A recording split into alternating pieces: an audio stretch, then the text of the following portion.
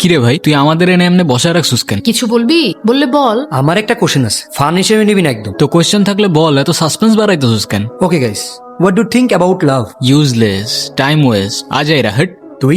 Time waste রে, পুরাটাই time waste. Time waste হবে কেন? দেখ, আমি তোর লাভ স্টোরির দুইটা প্লট বুঝাই। প্লট নাম্বার 1, একটা ছেলের একটা মেয়েরে ভালো লাগবে, পিছে পিছে ঘুরবে কয়েকদিন, মেয়েটার পছন্দ হবে না, মেয়েটা রিজেক্ট করে দিবে, তারপর ছেলেটা নিজের লাইফটা নষ্ট করবে বা মেয়েটার ক্ষতি করবে। প্লট নাম্বার 2, সেম ওয়েতে একটা ছেলে একটা মেয়ের পিছে পিছে ঘুরবে, ওদের দুজনের ভালো লাগবে, তারপর দুজন রিলেশনশিপে যাবে, তারপর কাহিনীতে এন্ট্রি নেবে ঝগড়াঝাটি ব্লা ব্লা ব্লা।